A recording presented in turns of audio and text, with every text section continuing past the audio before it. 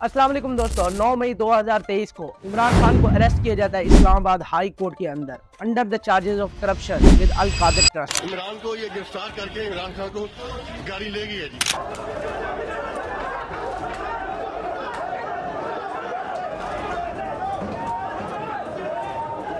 यानी कि लिटरली दोस्तों वो शख्स जिसका 2018 में मोटिव ही यही था कि करप्शन को जड़ से खत्म करना है, अब उसको अरेस्ट किया जा रहा है करप्शन के चार्जेस। खैर ये तो सिर्फ बहाना था इमरान खान को अरेस्ट करने का।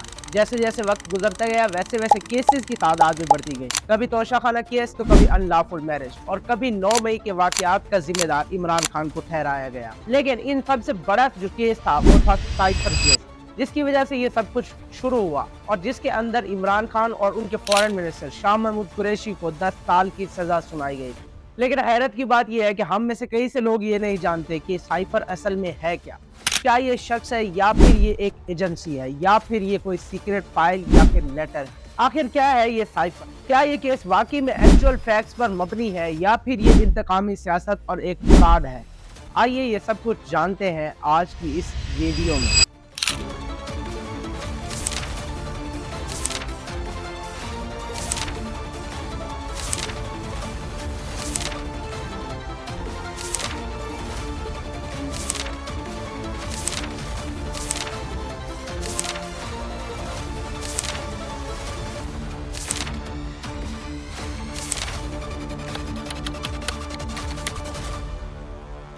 हमारी कहानी की शुरुआत होती है मार्च 2022 में, जब इमरान खान कौम से खिलाफ करते हुए एक लेटर लहराते हैं और कहते हैं कि ये है इस बात का सबूत कि हमारे खिलाफ जो नो कॉन्फिडेंस वोट कराया जा रहा है ये बैरूनी साजिश है। इस साजिश के जरिए मेरी गवर्नमेंट को गिराया जा रहा है। और इस लेटर को हम जानते हैं साइफर के नाम से। साइफर एक ऐसा खात होता है जिसमें कोडिक लैंग्वेज इस्तेमाल की जाती है। किसी भी मुल्क की फॉरेन मिनिस्ट्री और फॉरेन में मौजूद उस मुल्क की एम्बेसी के दरमियान बातचीत करने के लिए। इमरान खान के मुताबिक साइफर में ये बताया गया है कि हमारी वाशिंगटन में मौजूद एम्बेसी के एक टॉप ऑफिशियल असद मजीद के साथ मीटिंग होती है अमेरिकन टॉप ऑफिशियल डोनाल्ड लो की।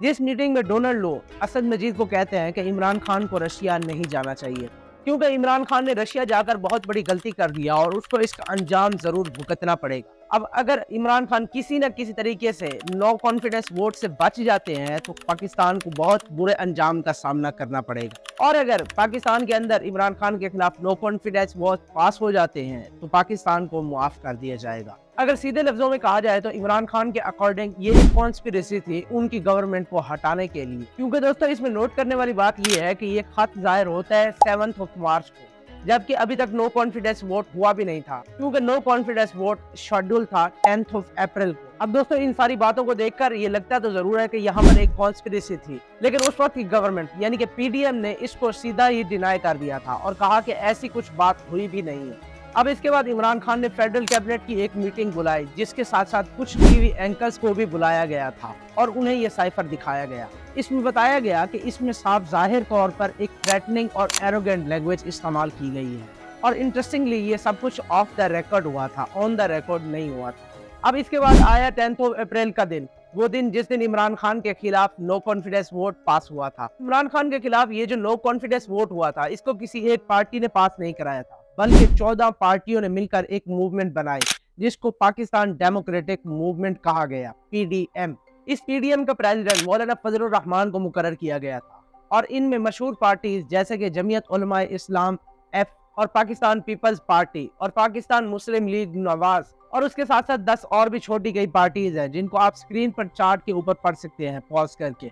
इन सब पार्टीज को मिलाने के बाद भी कुछ पीटीआई के एमएलए को खरीदना पड़ा, तब जाकर कहीं ये नो कॉन्फिडेंस वोट पास हुआ इमरान खान के खिलाफ। अब इन सब चीजों के होने के बाद इमरान खान पाकिस्तान की आवाम की नजरों में एक हीरो बन गए थे और वहीं लीडर की बात की जाए तो पाकिस्तान में सबसे मशहूर तरीन लीडर भी बन चुके थे। और अगर आवाम की मकबूलियत और उनके नजरिए से देखा जाए तो इस वक्त तक इमरान खान के हाथ में ये सब कुछ था।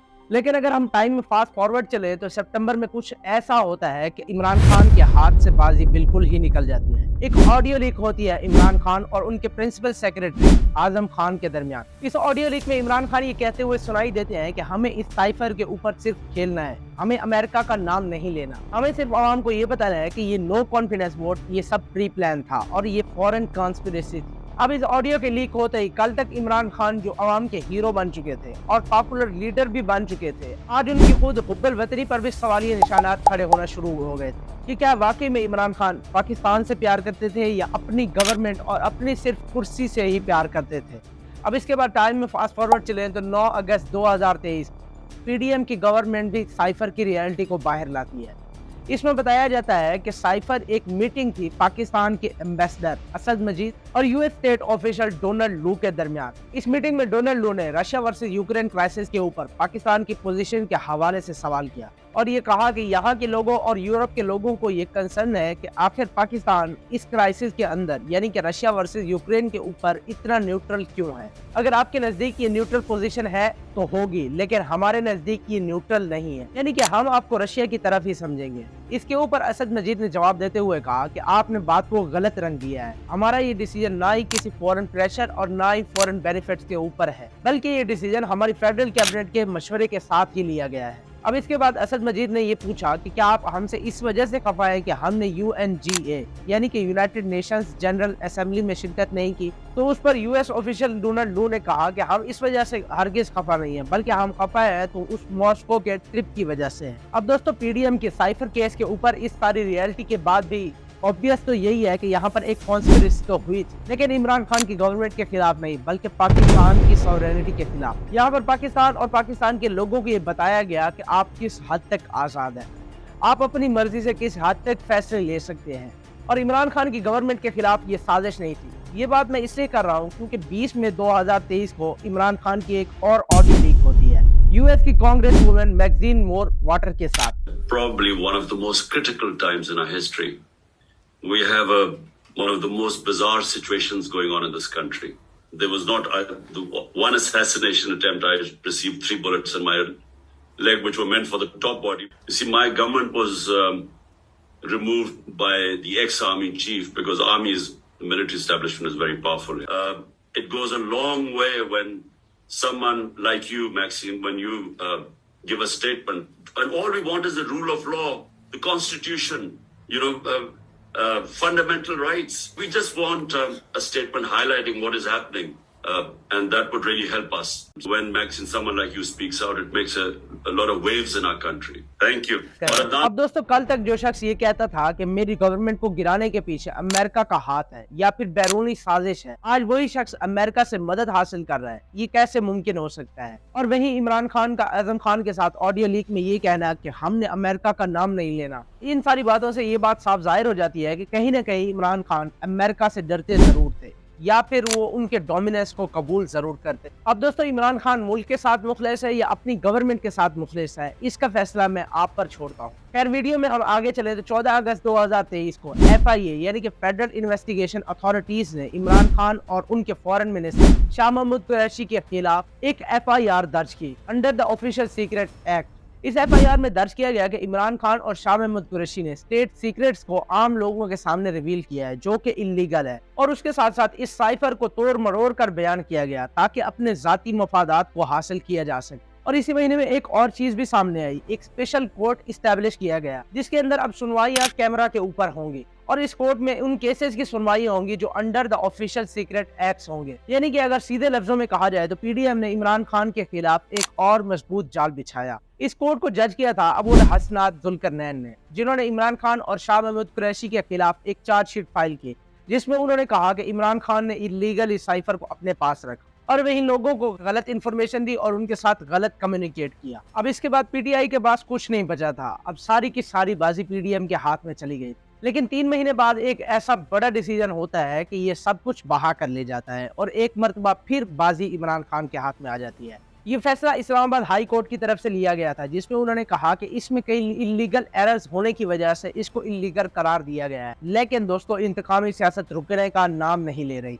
और 13 दिसंबर को इस स्पेशल कोर्ट में ये केस एक दफा फिर रीओपन कराया जाता है। लेकिन 22 दिसंबर को यहाँ पर सुप्रीम कोर्ट की एंट्री होती है और एक बड़ा डिसीजन लिया जाता है। इमरान खान और शाह महमूद कुरैशी की बेल मंजूर की जाती है 20 लाख के श्योरिटी बॉन्ड्स यानी कि मचलकों के इवज, और ये फैसला 3 रुकनी बेंच की तरफ से दिया जाता है। इस 3 रुकनी बेंच में जस्टिस तारिक मसूद, जस्टिस अतर मिनुल्लाह और उनके साथ जस्टिस मंसूर अली शाह मौजूद थे। اس فیصلے میں یہ کہا گیا کہ اس کیس میں کوئی سفیشینٹ مٹیریلز نہیں پائے جاتے جس کی بنا پر عمران خان اور شاہ محمود قریشی کے اوپر ایک فرد جرم عائد کیا جا سکے، اور ساتھ ہی ساتھ نہ ہی کوئی ایسی انفارمیشن پائی جاتی ہے جو کہ ہمارے اینیمیز کے لیے بینیفیشری ہو اور ہمارے ڈیفense انسٹالیشن کے لیے خطرناک ہو۔ اور اس کے ساتھ ساتھ یہ جو ڈھنڈورا پیٹا جا رہا ہے کہ اسٹیٹ سیکرٹس ریویل کر دیے، ایسا بھی کچھ نہیں ہے، لیکن اتنے مٹیریل ضرور پائے جاتے ہیں کہ ان کے اوپر فردر انکوائریز کی جائیں اور ان کے اوپر آگے کیس بھی چلایا جا سکے، اور اس کے اوپر فائنل ڈیسیجن دونوں پارٹیز کے دعووں کو سن کر ہی لیا جائے گا۔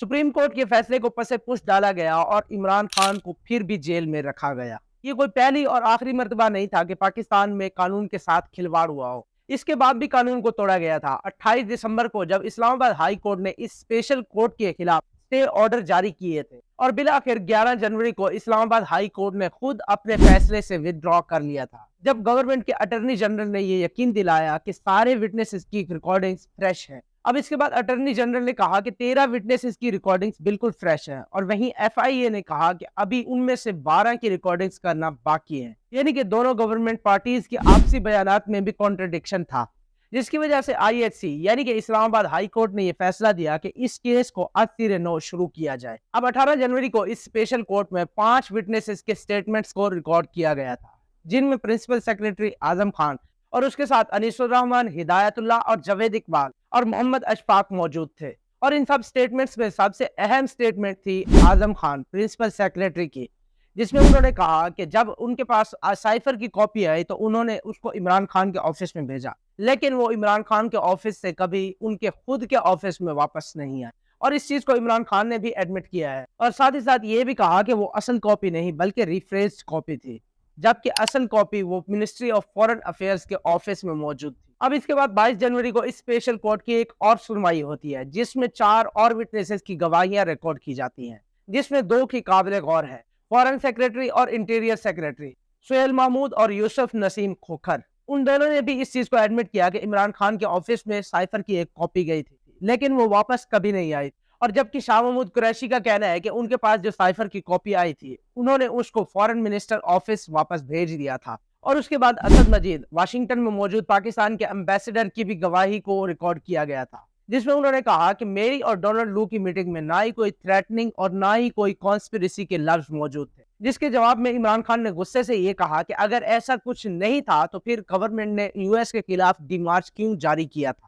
اب اس کی اگلی سنوائی میں اسپیشل کورٹ نے پروسیکیوٹر کے 4 گواہوں کے لیے کراس ایگزامینیشن بھی ایشو کیا تھا، جس کا مطلب یہ تھا کہ اب ڈیفنس بھی ان سے سوالات کر سکتا ہے، لیکن ایک ہفتے بعد ہی پروسیکیوشن نے یہ مدعا اٹھایا کہ کراس ایگزامینیشن کو کلوز کیا جائے، کیونکہ ڈیفنس کراس ایگزامینیشن کے نام پر ڈیلیئنگ ٹیکٹکس استعمال کر رہا ہے اور اس کیس کو مزید طول دے رہا ہے، لہذا اس کراس ایگزامینیشن کو کلوز کیا جائے اور کورٹ کا وقت برباد نہ کیا جائے۔ اور اس کے ساتھ ساتھ پروسیکیوٹر نے یہ بھی کہا کہ ہمارا ایک وٹنس یو اے ای سے آیا تھا ان پروسیڈنگز کو اٹینڈ کرنے کے لیے، لیکن ڈیفنس لائرز تو موجود ہی نہیں تھے، اور اس کی اگلی سنوائی میں ایک مرتبہ پھر پی ٹی آئی کے لائرز موجود نہ تھے، جس کی وجہ سے جج نے ان کے لیے سرکاری وکیل اپوائنٹ کیے، جس میں عبد الرحمان اور یونس کو اب ڈیفنس کونسل مقرر کیا گیا تھا، اور اس چیز کو پی ٹی آئی کے لیڈر عمران خان نے ایک مذاق کہا تھا، جس میں انہوں نے کہا کہ یہ کہاں کا قانون ہے کہ جس میں پروسیکیوٹر لائرز بھی گورنمنٹ کے ہوں اور ڈیفنس لائرز بھی گورنمنٹ کے ہوں۔